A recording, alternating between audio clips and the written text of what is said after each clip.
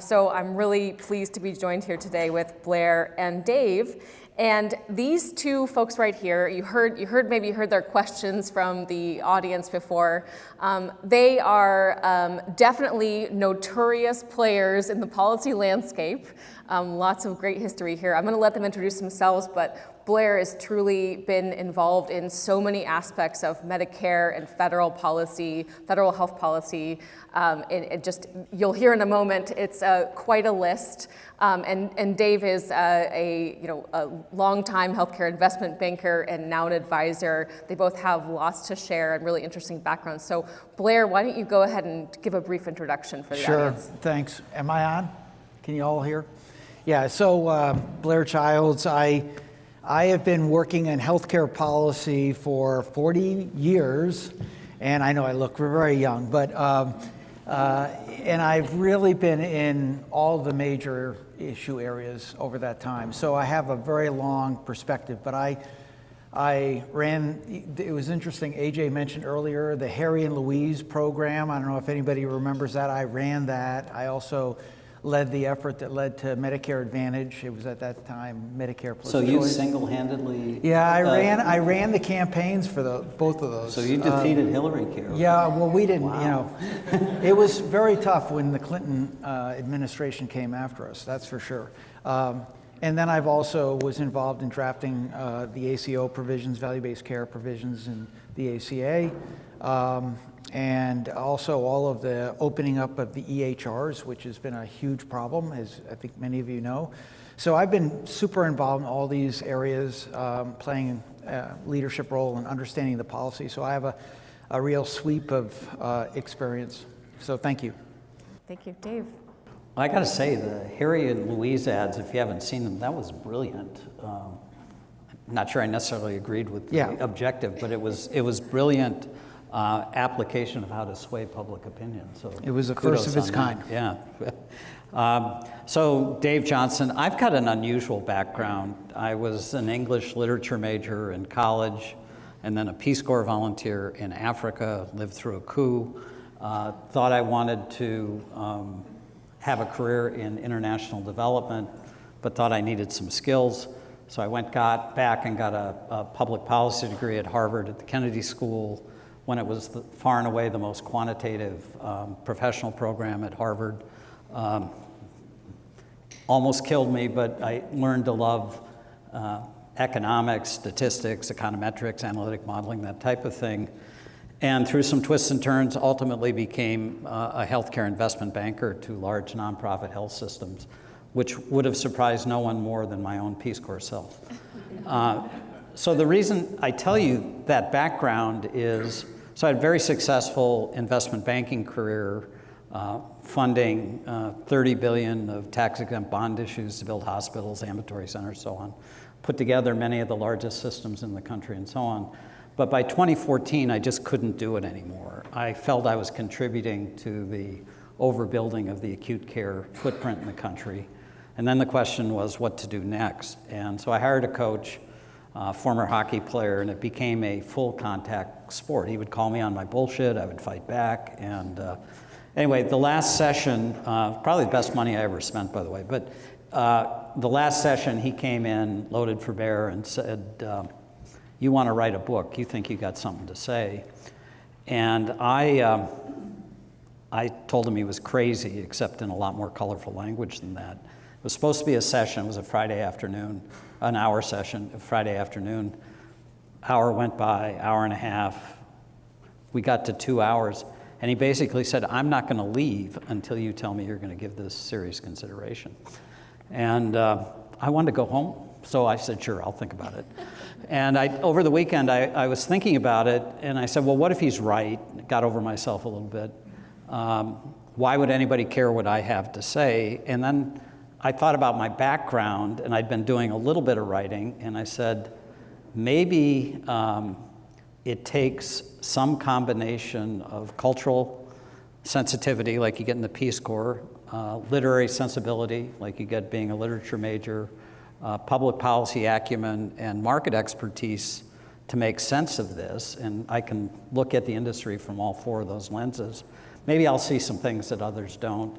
And anyway, that's what led to the launch of Foresight Health. And 11 years later, meeting payroll, 5 books later, we're going forward. And I spend all of my time thinking about how to fix the broken healthcare system.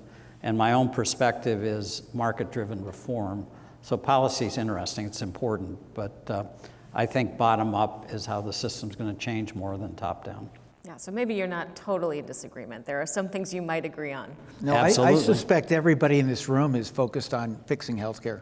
Yes, that's true. Well, let's talk about the marketplace where we are right now. We're recording this in, I want to say, October, near Washington, D.C. The government is shut down. We just learned about really significant cuts coming to Medicaid and generally to the sector. How are you both seeing the marketplace trying to, reacting, adapting? It's been a few weeks, a month or so here since we learned about these large cuts and are watching this all happen. What do you think's happening? How's the market responding? Do you want to start? All right, Dave. I'll start.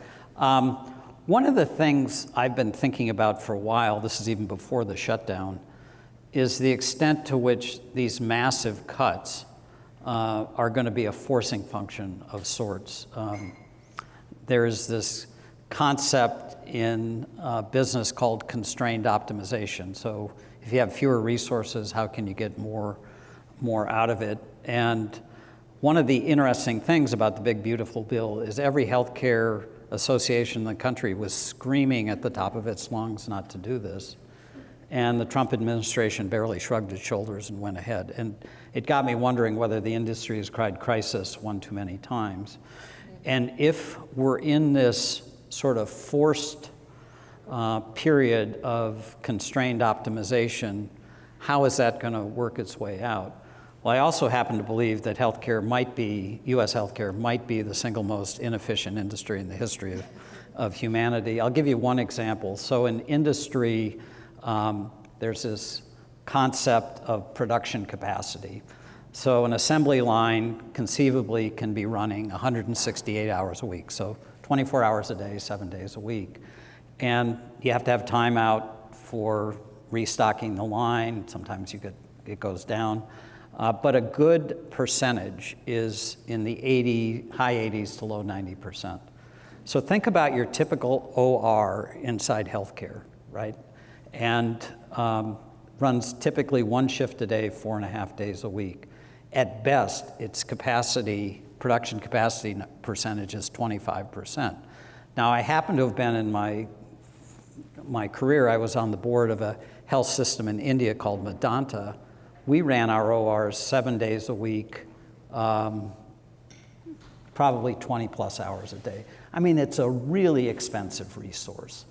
So if this industry ever sort of adopted the tenets of manufacturing, which is basically what surgery is, we would operate in very different ways than we currently do. So there's enormous capacity to be sort of taken out, or costs to be taken out of the system to operate more efficiently. And that's even before we get to the fact that all of our resources go toward treatment and very little goes toward prevention. So my sense is from the market, and the Big Beautiful Bill is part of this, I guess, but we are on this journey where the industry has been unable to make the changes to drive better outcomes, lower costs, better customer experience. And 10 years ago when I started, or 11 years ago when I started Foresight, I thought the industry could change from the inside out. I now believe that change is coming outside in, and it's going to be messy. And there'll be a lot of casualties. So what we're talking about here with Innovaccer and population health and being able to more effectively allocate resources to make our population healthier, more productive, happier, is exactly the right conversation to have. And I would tell the health systems in the audience, insurance companies, incumbents broadly, either you kind of get on board with the idea that value and consumerism are going to be what differentiates new companies in the marketplace, or get ready to become less relevant in the world that's coming. Yeah, think of all those empty MRIs. Really expensive empty MRIs. Yeah. So let me ask this: how many people feel like they understand what's going on in DC? Just raise your hand. You do. Very impressive.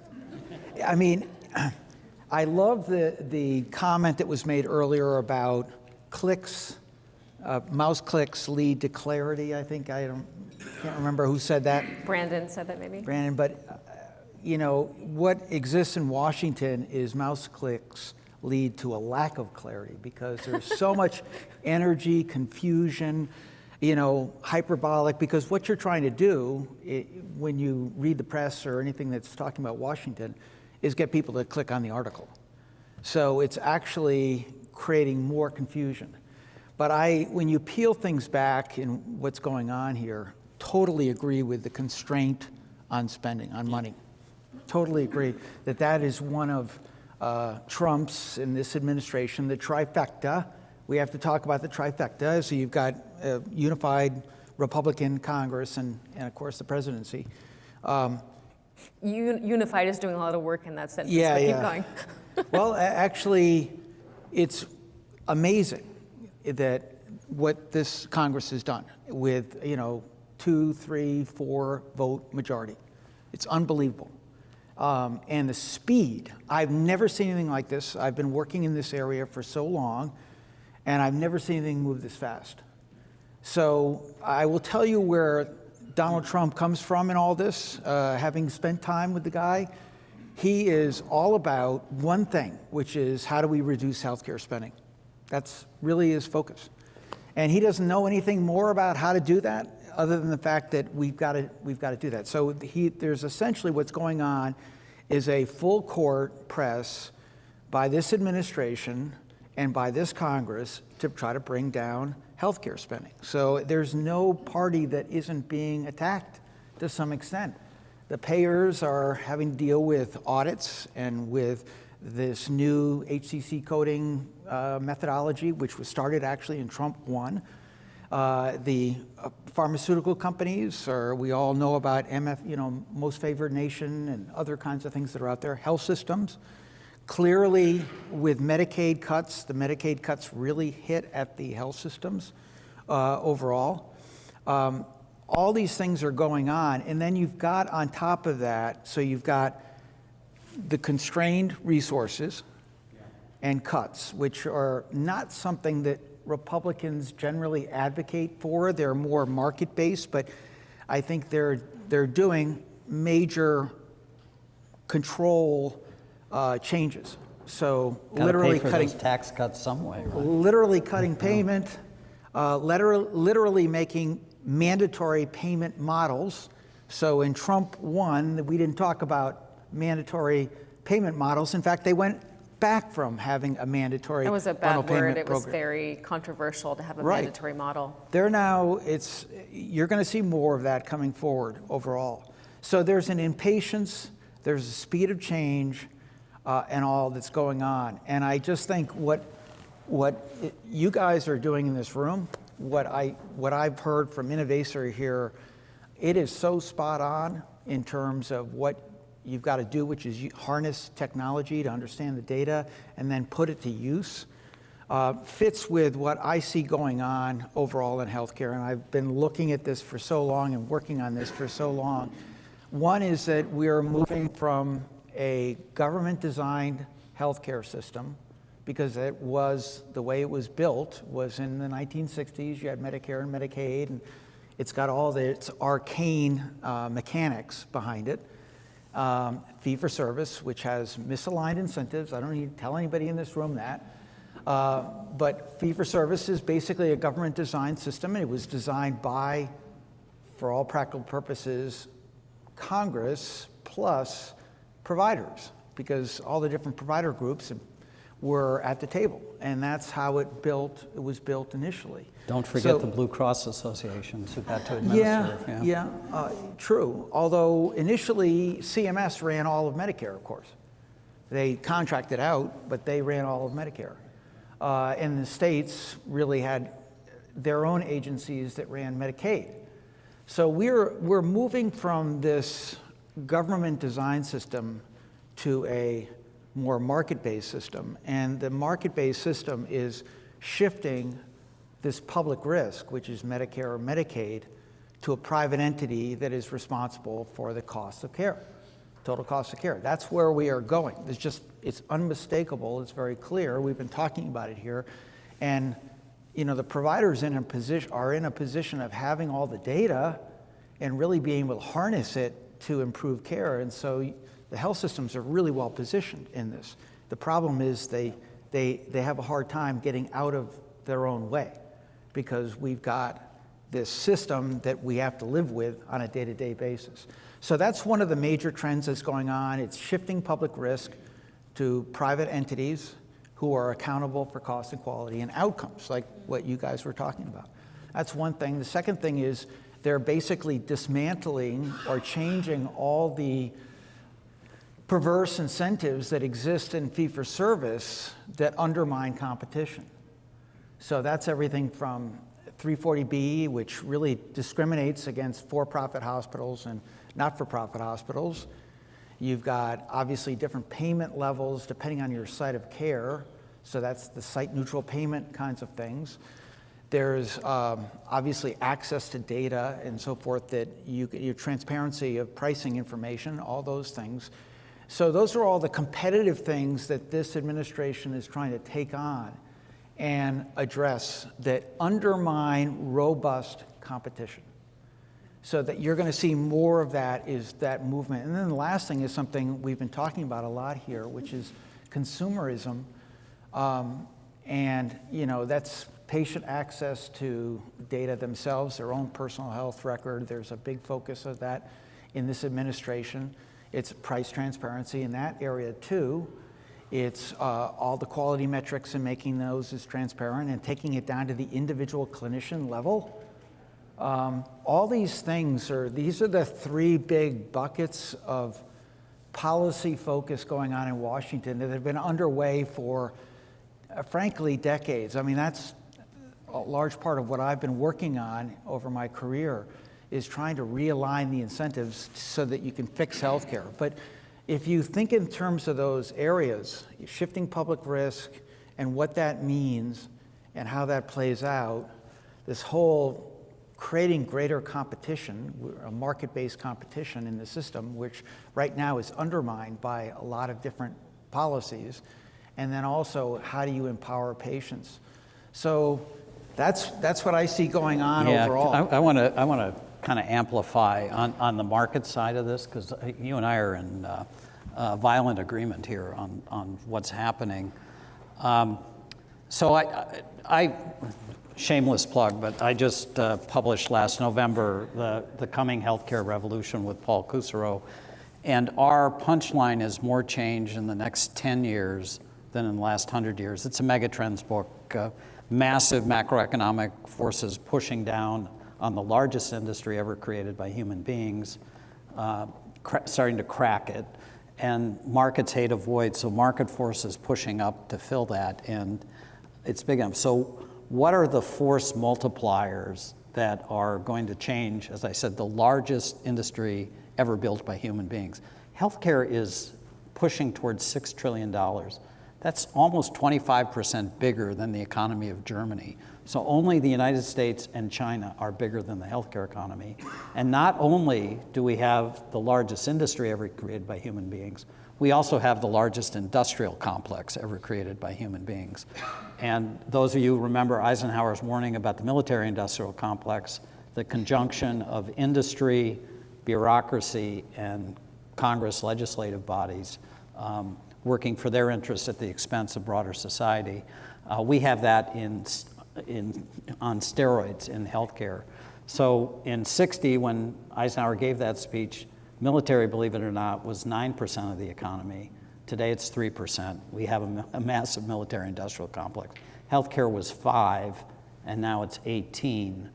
And we have these groups working together at the federal level and the state level, really for their own benefit at the expense of broader society. So why should it change, right? And it's been hard to change because the constituents are so powerful. They have captured the legislative and regulatory process. Well, I think there are 3 force multipliers, and they overlap with what Blair was saying. The first is just better buying. We have enormous monopoly and monopsony pricing power at the regional levels. And large employers, governments and so on that basically pay premium prices for commodity services haven't been able to overcome that. But there are a whole host of things happening that are enabling better buying. And so that's going to drive toward value. The second one, and we spent a lot of time on this today, is liberated data. Data wants to be free. It wants to flow to where it will have the greatest value. And we have had active suppression of data. We talk about fragmentation silos. It's to the benefit of incumbents. And that's starting to get blown away. And I hope Innovaccer is one of the ones doing that. And then the final force is the one that Blair mentioned, which is consumerism. And again, I believe the companies that solve the jobs to be done of end users, sometimes called patients, sometimes called consumers, sometimes called customers, they've been largely neglected by the system as a whole. But the organizations that figure out how to solve the health and healthcare needs of end users in a way that creates value are going to be the ones that win. And I'm just tired of talking about it. It's hard for me to go to conferences. I've got this phrase I was telling Lisa, it's MAFA, M-A-F-A. It stands for mistaking articulation for accomplishment. It is rife in healthcare. Enough already. Let's fix the problem. Yeah. So all the talkers. Just a moment. I want to talk a little bit more about the data side, because both of you, each of you separately, have spoken a lot about the need for data to be free, so to speak, to not be locked up in systems. Libre. Data libre. Right. Yeah. To not. In fact, the Trump administration had Data Liberation Day, just as a side note. You've each talked about this separately at different times and coming at it from slightly different perspectives, right? And I think it's interesting that each of you in your careers and your areas of focus also got to the same place of the data needs to be liberated, the data needs to be free so that folks can use it to improve the health of populations, be successful truly in value-based care. So talk a little bit about that. We want to save some time to talk about Medicare Advantage, so don't spend too much time on it, but give me a little bit more, Blair, on your perspective here. I'll start off on that. So it's pretty interesting. You guys all know how we got our EHR system, right? Do you remember the shovel-ready programs back in 2009, 2010? I guess it was 2010, 2009. So the money went to the vendors. They made a lot of money through that. You had to have an EHR, and the penalties went to the providers. Okay. You talk about a misaligned set of incentives. Imagine having a requirement that you have to use your product to succeed. And that's basically what the EHRs had. And of course, then they put a wall around their data, and it made it very difficult for folks to get into it. So that was one of the things I worked really hard on. I was threatened by Epic. I mentioned this to Dave. I mean, literally threatened by Epic. Because we were trying to open up the EHRs so that you could, open APIs, application programming interfaces. So that was a radical idea, and this is where the problem we have in healthcare, of course, the government's in the middle of it. So we had to get Congress to pass a bill. Look at the standoff that's going on right now. They can't open the government because they can't agree. So this was trying to get a bill passed when people didn't really even understand what an API was. So it was incredibly challenging, but this is what is happening now. It required that kind of change. It underscores the realities we face in healthcare, which is the government's in the middle of it, and it makes it really hard because partly the government, no members of Congress want to make a tough decision, period. That is, you can take that home. I guarantee you that's the way it is. They don't like to make any decisions because that's a risk, and that's why the fact that they just passed this bill, the OBA, in 6 months is absolutely extraordinary. And it just gives you a sense of what's coming. And so again, what you all are doing to try to get ahead of that, and we can talk more about it, but ultimately, it's managing patient populations, because I agree there was a question asked earlier by somebody, or I guess Dave, you mentioned it, what's your takeaway? You were asking your panel, what should everybody be thinking about? And it really is this notion that you've got to make the patients that you're serving really want to come back to you. And that involves all the using their data, understanding all those things, providing them services that are the best.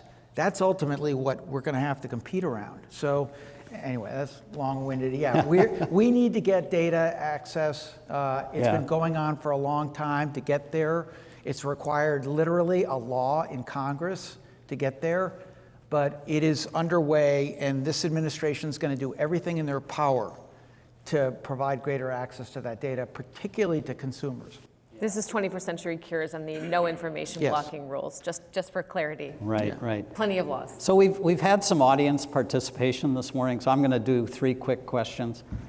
Just raise your hand, yes or no. So the U.S. spends 18% of its economy on healthcare. The next big countries with the next highest percentages are France and Germany at 12%.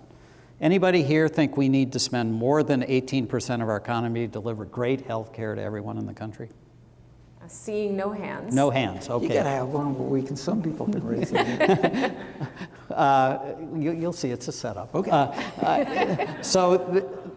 According to the CDC, while they still exist, over 90% of healthcare spending goes to treat individuals with chronic disease and/or mental health conditions. How many think we're winning the war against chronic disease and mental health conditions? I'm also not No hands. seeing any Okay. hands. Okay. Third question. Third question. On a relative basis, then, how many believe we need to transfer resources out of acute and specialty care into primary care, health promotion, chronic disease management, and behavioral health? All right, I'm Everybody. seeing almost every single hand. It's Okay. not the what to do, it's the how to do it. We know what we do. What did we learn in that exercise? It's not a funding question, it's a distribution challenge. We're not attacking our biggest need, which is exploding chronic disease and mental health conditions, and we need major restructuring. So this gets to your data element. We need data to drive more effective allocation of resources. We need more investment in primary care, in health promotion, in chronic disease management. If we did a better job on the front end, we wouldn't need as much on the back end. I said it last night in my question. As a system, we do a great job on rescuing people when they're drowning, but we don't teach them how to swim. We get that equation absolutely wrong. So data to inform decisions that isn't constrained by incumbents doing things that work for their benefit, not for the people as a whole.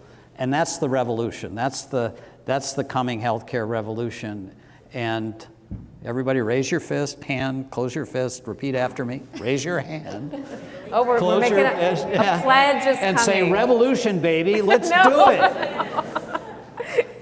Don't implicate yourselves. Yeah. It's all good. Hey, did you take a picture of that? Yeah, exactly. Take a picture of that one. Blair is saying revolutionary. So I have to say, listening to the discussions here today, you're on the page. you guys are involved in a revolution. Nice. And so keep it up. Nice. By the way, sacred cows make the best hamburger, so Okay. that Okay. Innovaccer is going to Okay. be doing a lot of barbecues as we go forward. We are, of course, already running short on time, but I want to make sure we get a chance to talk about Medicare Advantage and ACOs. I think it's a really important topic, also likely to be very controversial here. I think we've seen some real structural differences between MA and ACOs on the policy side, the funding side, the profitability side.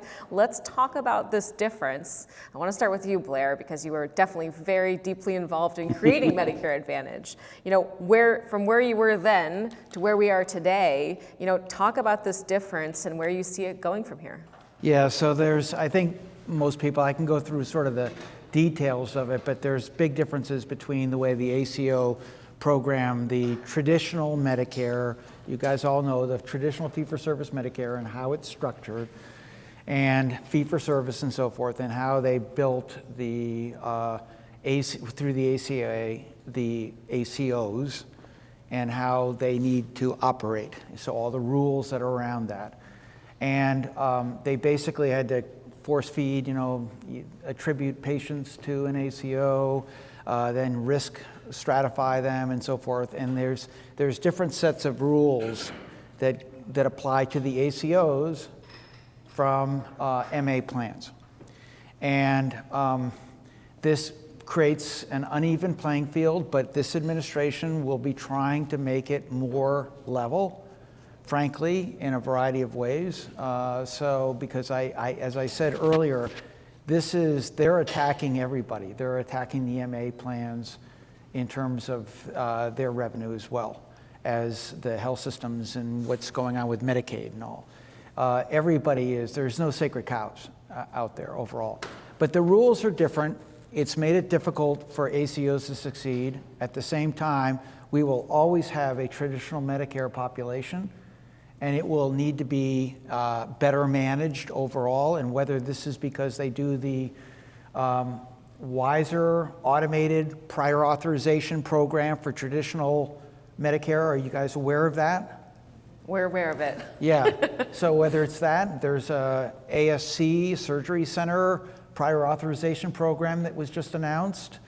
So those are things to try to contain the perverse incentives in fee-for-service.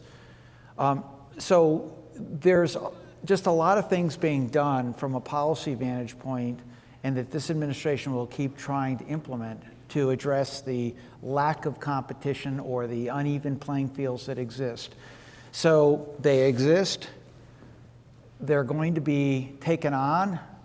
This administration, I keep saying this, I don't want to sound positive about this administration because it's going to create a lot of pain.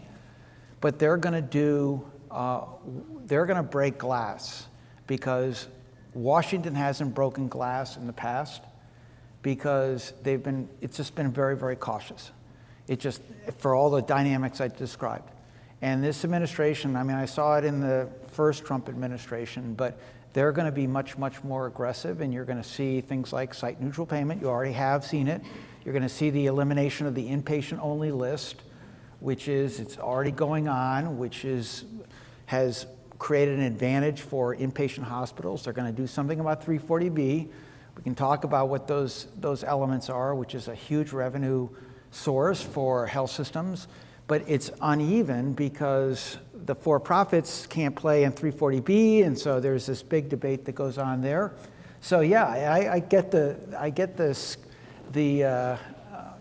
different expressions, because for-profits versus not-for-profits, and that's a whole other debate that goes on. But these are all the things that, from a policy vantage point, are going on. My view overall is that Medicare Advantage is going to continue to grow. It's going to outpace traditional Medicare. You need to work with those MA plans, and the smart health systems are doing that. So they're taking their skills that they're learning from their ACOs, and they're applying them to their work with the for-profit or, in some cases, not-for-profit MA plans. But I don't see any diminution or movement away from MA overall. Yeah. Well, Blair and Lisa are both much better than I am on the details of all the initial programs.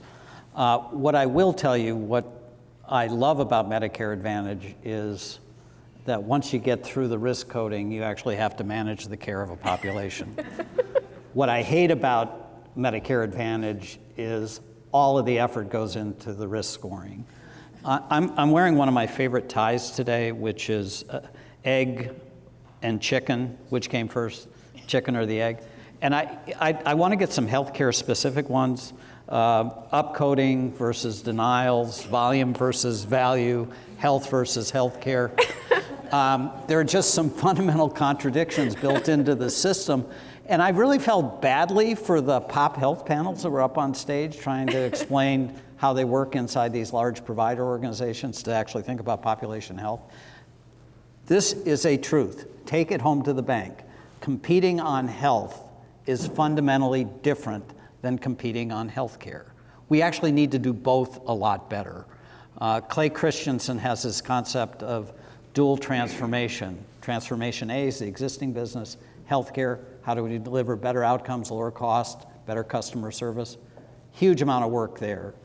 Health, which is the kind of the B, the new thing, over time, we need to make more investments in health so that can get bigger and more robust so we can spend less on A, but we need to do both better. I can't imagine who pays a psychiatrist for the people doing population health inside of health systems. I mean, the health systems don't do that great a job of doing what they're supposed to do. Why should we expect them to solve the health problem as well? You know, it's so, coming back to MA and so on, we need to shift the way we pay for care in order to change the way we deliver care, which gets us to risk-based payment. The industry has fought this mightily. The AMA, since its foundation, had said the two tenets that you can't change are fee-for-service payment and individual choice of physician. Well, guess what, folks? That doesn't work. So we're going to have to, as I say, you know, kill some sacred cows along the way, but that's what's happening, and the change that's coming, again, is more outside in than inside out, and I couldn't agree with you more. It's happening, and it's going to be messy.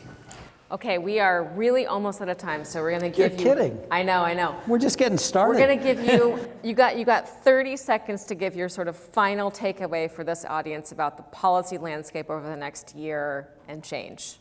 All right, Blair, you're up. 30 seconds. Yeah, 30 seconds. Okay, I've already said it in many ways. You're going to see a lot of change, a lot of pressure. Financial pressure, it's already been done through this Medicaid bill. It's going to also be done through a number of other smaller changes. And so the forcing function of that you were talking about, David, is absolutely the case. And it's going to mean, if you think about what you're doing with an ACO or some kind of a value-based program, you're basically you're locking in a price point when you're going to have a system that is forcing costs down. And the overall, all these reforms, site-neutral payment, if you're already got your benchmark and they do site-neutral payment and you get payment cuts, you will profit by having a risk-based model. Do you follow me? Do people understand what I'm saying? Yes, you do. Somebody does. Seeing some hands. So that is what's going on and where things are going, and it's an imperative, I think, for organizations to be moving to risk, moving to value-based purchasing kinds of programs. And I'm just super impressed that Innovaccer is focusing on that as sort of its core guiding light. Okay, 30 seconds. You can do it. When Paul and I were writing the book, we came up with this acronym, CB2E2. Sounds like Star Wars, right? C stands for cheaper, first B stands for better, second B stands for more balanced, as in more balance between health and healthcare, like we were just talking about. First E is easier, second E is empowering for caregivers and for consumers. I'm now evaluating private companies, and you're all private companies in here, on the extent to which you do CB2E2. So if you take one thing out of this call, take that acronym, go back to your companies, and have the honest conversation. Are we actually cheaper, better, more balanced, easier, and empowering? And if you're not, change what you're doing. That's great. Well, on that note, join me in thanking my incredible panel here. Really appreciate you. Yeah. And thanks everyone for coming, to our customers, to our partners, and the incredible Innovaccer team.